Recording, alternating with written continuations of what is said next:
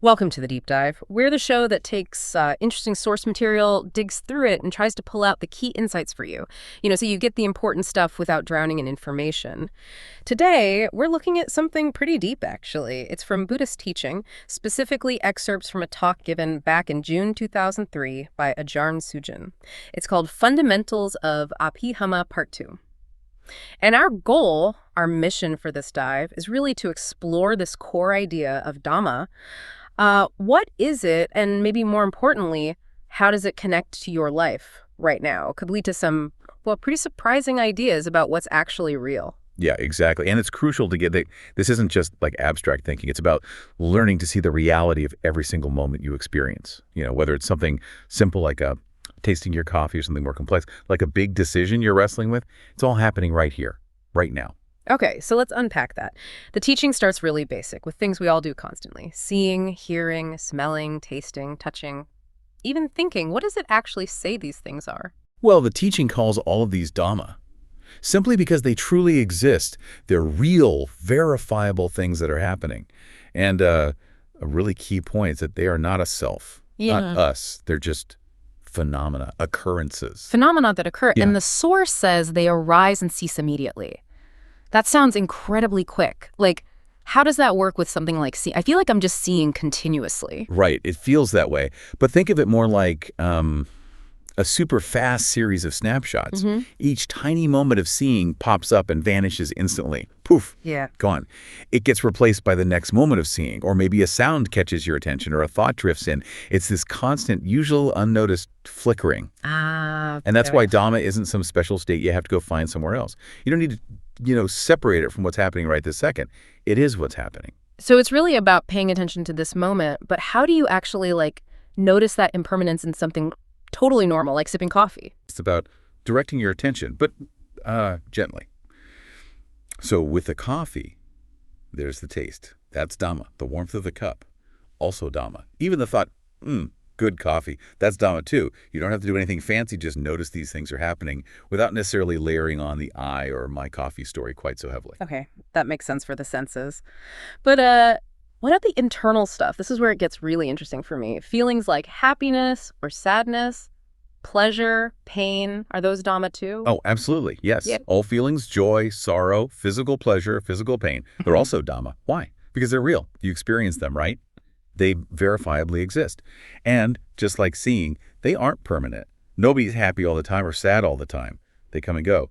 The teaching even distinguishes between bodily feelings and ache, a nice breeze, and mental feelings, like feeling content or irritated. Both types are Dhamma.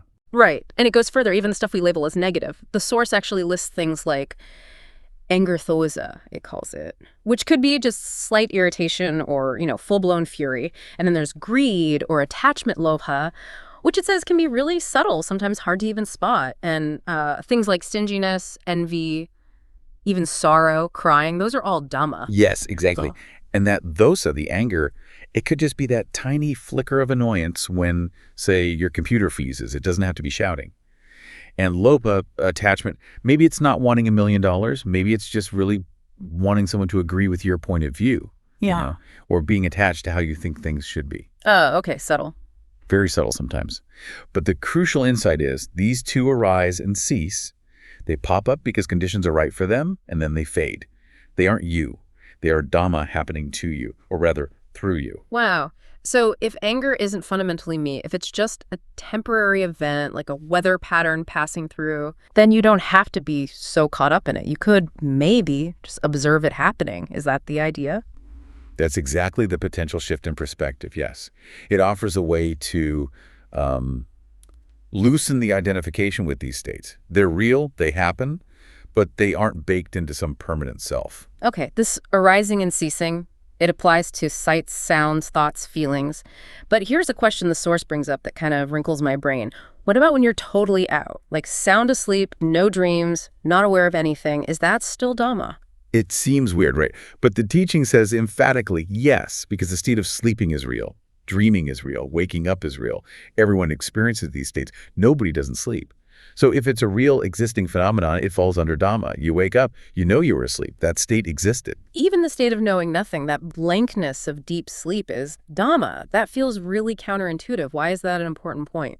Well, it's important because it further chips away at this idea that there's a solid, continuous me that has to be consciously aware all the time to exist. Even in that deep sleep, there are, let's say, underlying processes happening, very subtle mental moments, perhaps, which are Dhamma. The very condition of not knowing is itself a real state. It just highlights how pervasive Dhamma is. It's the fundamental reality, conscious or not.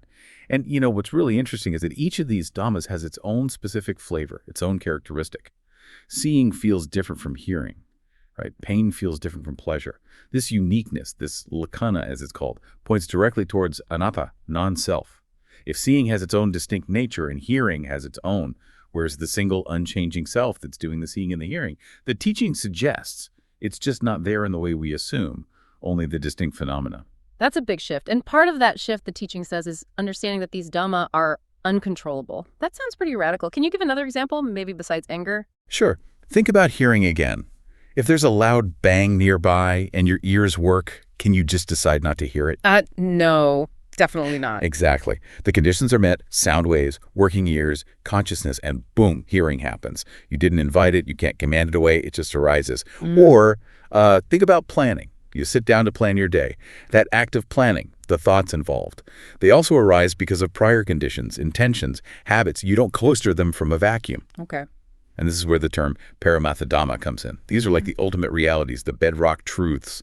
They just are what they are with their own nature, like gravity.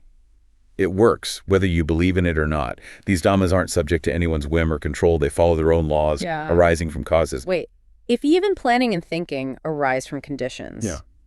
what does that mean for, free will? Our sense of being in charge? It sounds like maybe we're not the captains of our own ships in the way we usually think. That's definitely the direction it points. It doesn't mean actions don't happen or that choices aren't made, but it reframes how they happen. The feeling of deciding, the thought, I will do this, those themselves are conditioned Dhammas arising and passing. It encourages looking deeper at the causes behind our thoughts and actions rather than just assuming an independent decider. So these ultimate realities, Paramatha Dhamma, if they're uncontrollable and have their own nature, does that mean they're the same for everyone?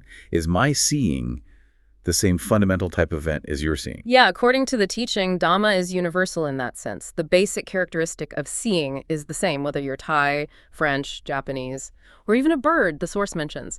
It's something verifiable. Everyone knows what seeing is. Fundamentally, its quality is recognizable.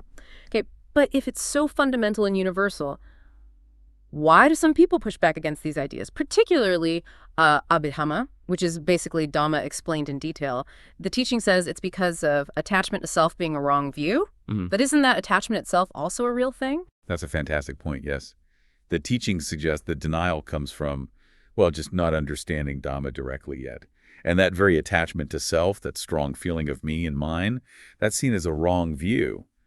But crucially, it is also a Dhamma that truly exists. It's a real mental state, a real experience that arises from its own set of conditions. It's just maybe not a helpful one, ultimately. I see. So the wrong view itself is a phenomenon. Exactly, which leads to the path of understanding. It's not about just learning the names like Loba or Thosa or thinking about it abstractly. True understanding, the teaching stresses, comes from recognizing the actual nature of these things as they happen in your own experience, moment by moment. And that's not a quick fix, right? The source mentions it's a long, gradual process, Jirgala Pavana, I think. Long-term cultivation. It takes consistent listening, thinking about it, and most importantly, that direct looking. It really sounds like a lifelong journey, this process of seeing what truly exists. So, all right, let's try and pull the threads together here. What we've explored in this deep dive is that basically everything you experience, a sight, a sound, a fleeting thought, a strong emotion, even being asleep, is called Dhamma. It's defined as something that truly exists. It pops up because of conditions, and crucially, it's not some permanent solid self that you own or control. Well put. And building right on that, there's a really profound line in the source material. Each moment of consciousness is a world unto itself. Meaning your experience right now, what you're seeing, hearing, thinking is a unique, contained event. A world unto itself. Wow. Okay, so If your anger, your happiness, your perception of this very moment is a completely unique world that arises and passes, and that nobody else can actually step inside, what does that really imply? How might that change how you understand yourself, or even how you relate to the separate, unique worlds that other people are experiencing? Something to chew on, maybe, until our next deep dive.